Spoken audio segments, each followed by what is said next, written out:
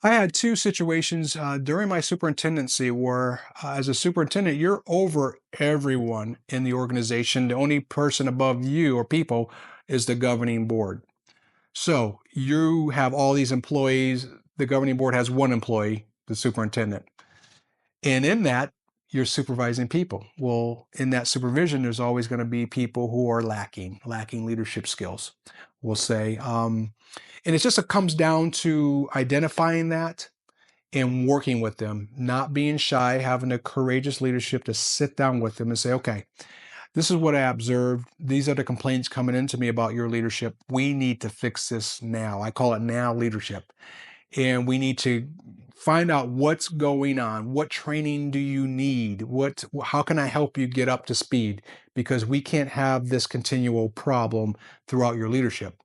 And many people have gotten to the finish line where they kept their jobs, and there's a few people where I had to coach out and say, you don't have the it factor when it comes to leadership. I've given you supports, I've given you the training, I've given you mentors.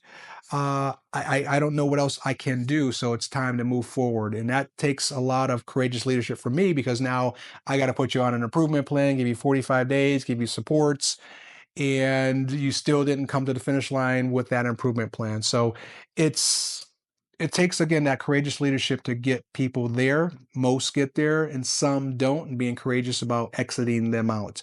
I also had a business manager. I had a lot of business managers during my superintendency where they're in charge of the finances, and I meet with them weekly to make sure we have money and how to spend it, and this pot goes to this school and this pot goes to that for this, and so forth and so on. And that's a lot of management. And sometimes you have bad business managers.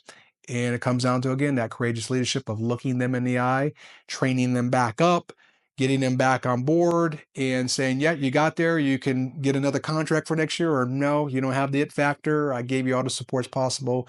I'm going to have to non-renew you. So you have to do that sometimes, because leadership is not all roses and flowers, we'll call it.